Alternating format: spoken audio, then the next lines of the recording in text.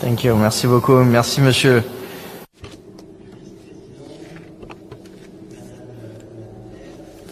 Thank you, Mr. Vice President, Madam Mayor, ladies and gentlemen. Also, European Parliamentary Member Jan Adam, who is here with us.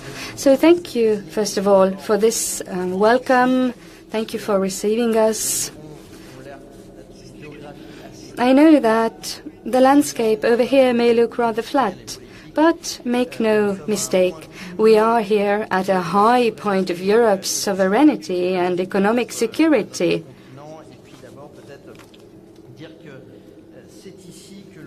First, this is where Europe will secure its largest domestic supply of permanent magnets.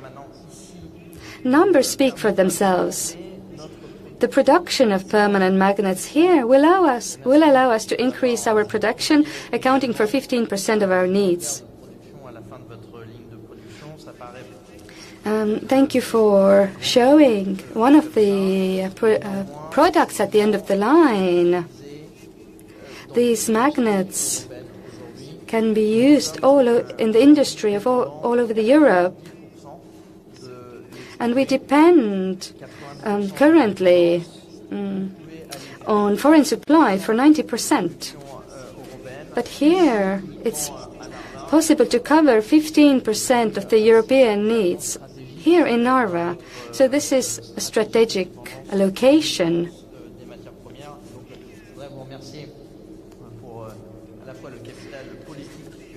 It's an important part of our strategy to reduce dependency on raw materials. This is a great opportunity. Thank you to the mayor and local governments that they emitted the permits very quickly.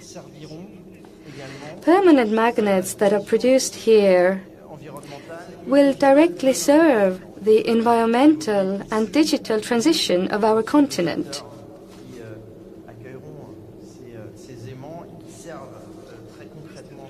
Indeed, there are many sectors which will receive such magnets. For example, they are for wind turbines, electric vehicles. So the European competitiveness is at stake here, but not only, it's the security and everyday life of Europeans. So once again, Mr. Vice President of NEO, congratulations on what you're achieving. Congratulations also to all of your employees. I know you have great growth planned. It's a great example of public sector financing well used. A few years ago, Europe set very clear objectives in its Critical Raw Materials Act. 10% of extraction, 40%. This regards 17 critical raw material, 40% processing, and 25% recycling here must take place here in Europe. And no more than 65% of our supply for any mineral coming from a single country. These are very ambitious targets. When we look at what we have currently and the numbers that we set as targets, then the ambition is indeed great.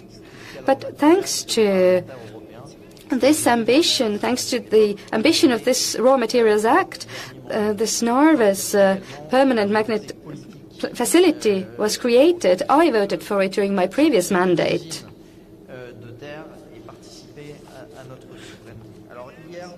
We can see how these objectives are realized in real life. Yesterday, with the Resource EU, we translated this ambition into practice. It's an unprecedented plan made up of 5 actions or measures. The aim is to increase our domestic production in the EU and diversify our supply of critical minerals. I won't repeat or recreate yesterday's press conference. which took place in Brussels at the European Commission. But I would just like to remind you some of the key points. Most of them will find a compelling illustration here in Narva.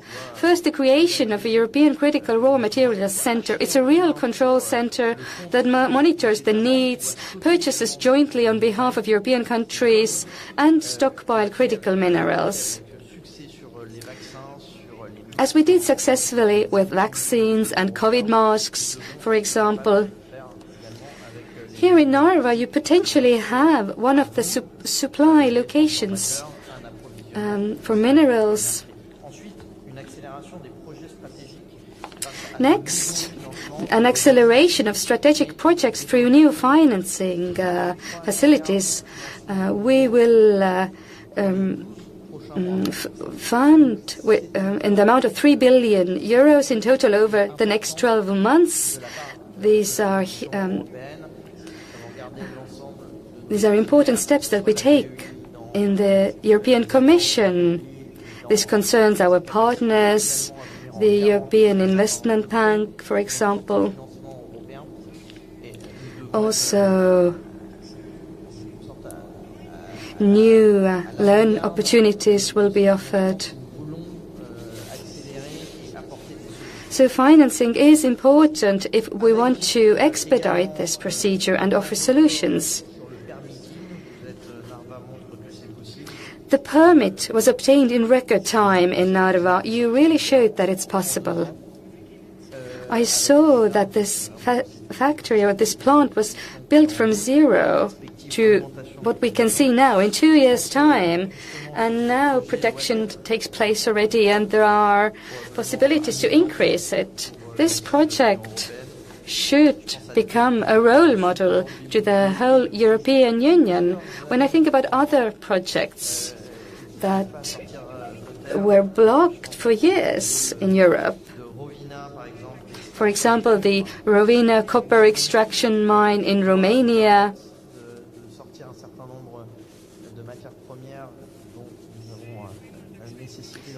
this would enable us to receive important critical raw materials.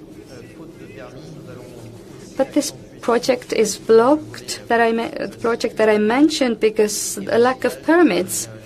We will also focus on circularity and recycling component. Among one of the measures, we will impose restrictions on the export of scraps and waste of permanent magnets.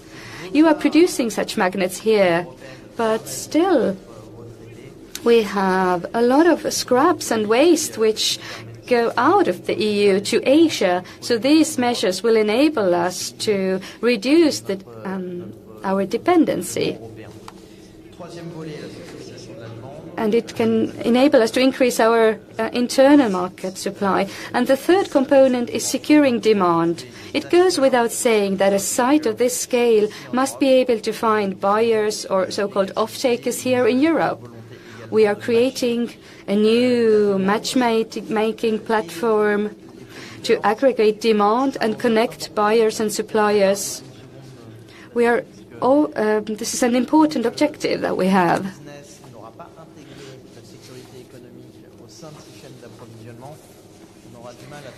If the economic security is not at the center of business processes, it is difficult to find off-takers in Europe. They often prefer producers which are based abroad or which are the sole producer in certain areas. So we try to boost the European companies to be able to diversify purchases of critical minerals. So here in Narva you participate in this strategy. And of course you can count on the Commission's support and the support of the new center in order to bring together buyers and suppliers and your production. Fourth component is our international cooperation. Narva is an excellent example. Considering that these permanent magnets are produced here in Europe by a Canadian company, new performance materials. Canada is a country with which, I remind you, Europe has a dedicated partnership on critical raw materials. Not only will we strengthen our existing partnerships, we will also create new ones. I'm thinking of Brazil as the next one. We are also continuing a close collaboration on critical raw materials within the G7 and G20 in cooperation with other countries. So the aim is to secure our supply. The fifth and the last component, protecting the internal market. We must avoid protectionist sentiment among different member states. In case of crisis or shortage, the aim is to implement IMERA, the regulation which was created during COVID. So we must guarantee solidarity and in division of supply of stocks.